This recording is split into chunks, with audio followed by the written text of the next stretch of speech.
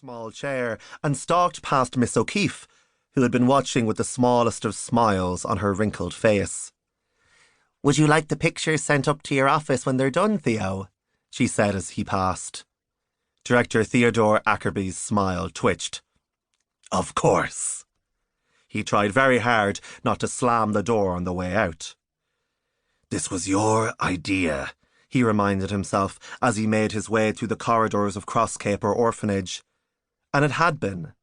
Gone were his hallways of soothing green and beige. Now they were a riotous patchwork of brightly coloured murals painted by the students, regardless of talent. Each door was a different colour, windows festooned with stickers, which are never going to come off, and the only consolation was that with the children doing all the work, he hadn't had to pay them a cent. The air was full of the dry buzz of fluorescent lights. Expensive fluorescent lights. None of the teachers had questioned why someone so typically frugal had suddenly decided to outfit every centimetre of the once dim orphanage with lamps, not to mention the giant spotlights that covered the entire courtyard. When all were turned on, and they were turned on, every one of them, every night, there wasn't a scrap of darkness within the orphanage walls. It was the only way they could get the children to sleep. "Theo!" He had almost made it to his office. The voice belonged to Mr. Gilligan, the science teacher, who had the sort of wide, gormless grin that camouflaged a razor-sharp sense of humour. Ackerby sighed and prepared himself. "Theo, I was just wondering... Theo, I was just wondering, this new marking scheme I was thinking of implementing, Theo, I thought it would be good if..." Mr. Gilligan's voice faded to white noise, punctuated far too often by the sound of Ackerby's first name. He'd revealed it at the same time as he'd traded his suits for bright, itchy jumpers, and the calming austerity of his corridors for 1,000 circus shades. Familiarity. Safety. That's what was needed. Ackerby had read books on the subject. The incident had driven away half the staff. The children had been terrified. So much destruction, so many repairs. The courtyard. He had needed to adapt. They all had. So he was Theo now, and he wore a smile, no matter how much it tortured the muscles of his face. "Yes," he said when the assault ceased. "Whatever you think is best. Now, if you don't mind..." A light flickered overhead.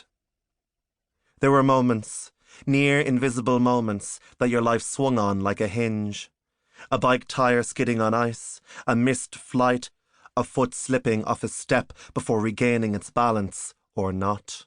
Every life had them, waiting like the secret flaw in a diamond, where something previously safe could suddenly fracture and shear. It had happened to Ackerby before, but he'd not then had the wit to recognise it, and he would never let it happen again, to him or those in his charge.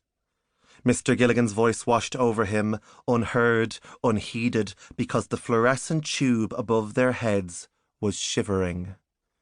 Not as if the power had been interrupted, or the bulb was about to fail, but as if invaded, infected by a tiny scrap of night. "It's happening again," Ackerby whispered. "What?" Mr. Gilligan said. "What are you—" The science teacher's teeth clacked shut as Ackerby pulled himself to his full height. His spine protested. The incident had bent him, shaken him, forced his shoulders into the kind of weak slump any idiot could climb. Well, not again. "Mr. Gilligan!" His voice struck the colour from the younger teacher's cheeks. A tiny, satisfied part of Ackerby imagined the disappearance of every child's smile within earshot. "Assemble the other teachers! Empty the classrooms! Take the children down to the bunker!" A grand name for the basement, but it had concrete walls and a thick door, and it was underground, and that was what mattered. "And defend them with your life! With all of your lives. Do you understand?" Mr. Gilligan's jaw had dropped. "But Theo..." Ackerby's growl could have silenced the sea. "Director!" Mr. Gilligan bolted.